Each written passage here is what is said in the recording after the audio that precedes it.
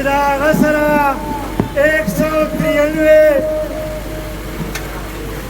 چرمینانو او بل طرف ته هغه غله ډاکوان د پیپلز پارټۍ والا چې هغه 13 پارټي راجمع شوي وي د هغوی سره ټوټل 157 ووټونه جوړېدل خو چونکې هغه ظالمانانو هغه قاتلانو هغه نتایج بدل کړو او هغه نتایج یې په خپل حق کې واخیستو.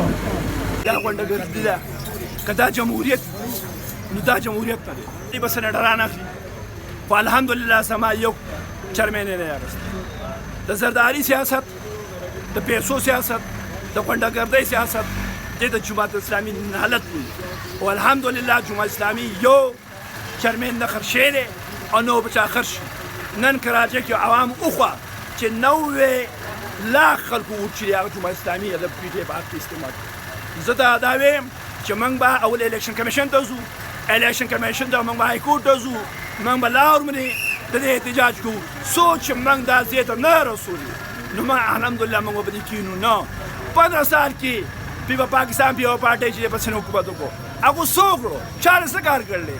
یو میر الیکشن لا په کروڑو روپو ته یو ووټ اخلي، تا له شرم نه راځي؟ په دې ملک کې تا وایي زه جمهوریت تر باندې پاکستان په یوه پارټي ده، پاکستان په یوه پارټي جمهوري د حاصل نه ده.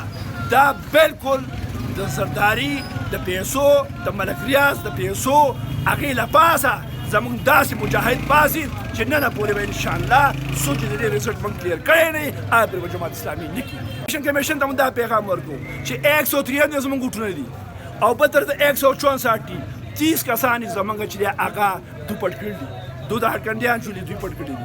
زموږ 30 کسان په الیکشن کې نه وو، هر زما 193 ووټ دی. ته څه طریقه باندې الیکشن کوې؟ نو موږ دا میر الیکشن چې دی موږ الیکشن کمیشن ته وایو چې فوراً به دې اکشن واخله او دا سټیګه او دا چې دی آینده د دې لپاره داسې رد عمل جوړ کړه چې هر سړی ووټ ته لاړ شي خپل لیک واچوي.